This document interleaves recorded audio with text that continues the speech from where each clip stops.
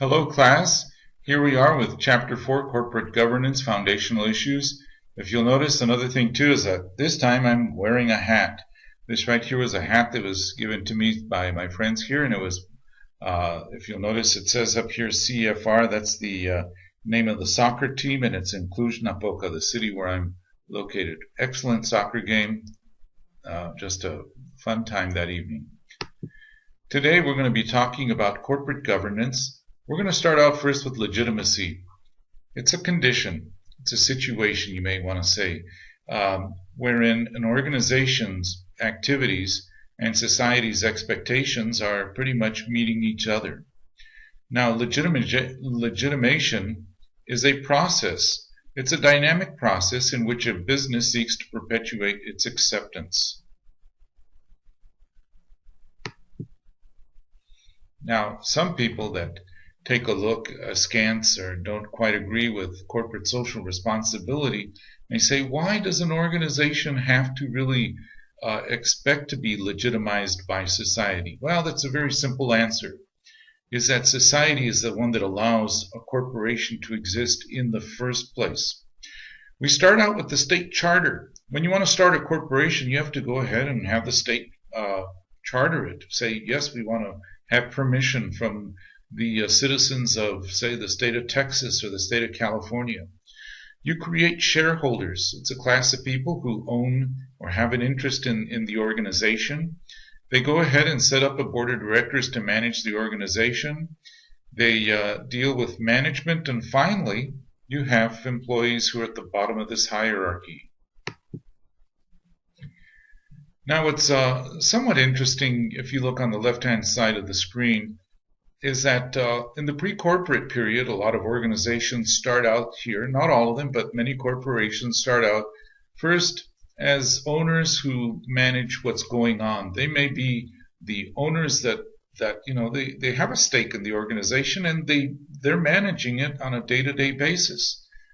When they want to grow, they want to become more sophisticated, they want to bring in more capital, then at that period, at that moment they incorporate, and they go into the corporate period where they develop shareholders with a board of directors and who manage the organization. There are some issues in governance.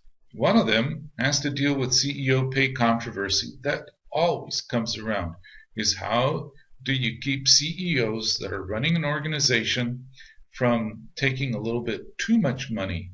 Now, in the case of Enron, if you remember that, they were doing some really funny things with the organization's finances. In others, you see the CEOs paying themselves huge salaries. So one of the questions is the extent to which CEO pay is tied to firm performance. If the organization is growing, hey, that's great. You know, go ahead and pay them. Maybe don't pay them an exorbitant amount, but at least tie CEO pay to performance. The other issue is, what is the overall size of CEO pay to begin with? You know, in some societies, I'm thinking of Japan and pretty much the rest of the world, if you take a look at what the average worker is making versus the CEO, you'll find maybe multiples of, at the most, maybe 15, 20 times that the CEO is making, 15 to 20 times what the average employee is making.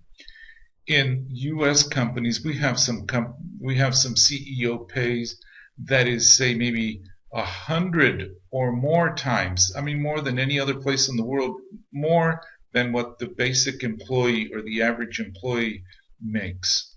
And so these are issues to deal with. Another issue could be insider trading. Remember Martha Stewart? Well, now she wasn't CEO of this company, but she happened to have insider information that she went ahead and bought stock or sold it, and she made a very nice profit, and it was all because of insider information. Now, the issue here with management is when management knows we're about to do something, in fact, they could cause something to happen, and they're exercising their options or their opportunities in a way that is illegal and that they're not supposed to. It's unethical. And that there is using, well, it says the practice of obtaining critical information from inside a company and using that information for one's own personal financial gain. You don't want that. Now, after what happened with the Enron debacle, that's going back to 2001, 2002. There was legislators, and we're talking about Sarbanes and Oxley that came up with the Act of 2002. It's called the SOX Act. And one of the things they said was that we're going to limit the non-auditing services that an auditor can provide. And now it's changed the nature of the company. Let's say Arthur Andersen used to do auditing for, let's say, accounting purposes, but they went ahead and also did other services such as consulting for processes in HR and other things like that. They can no longer do that. Also, your firms are having to rotate auditors. You're not going to have the same person year after year after year.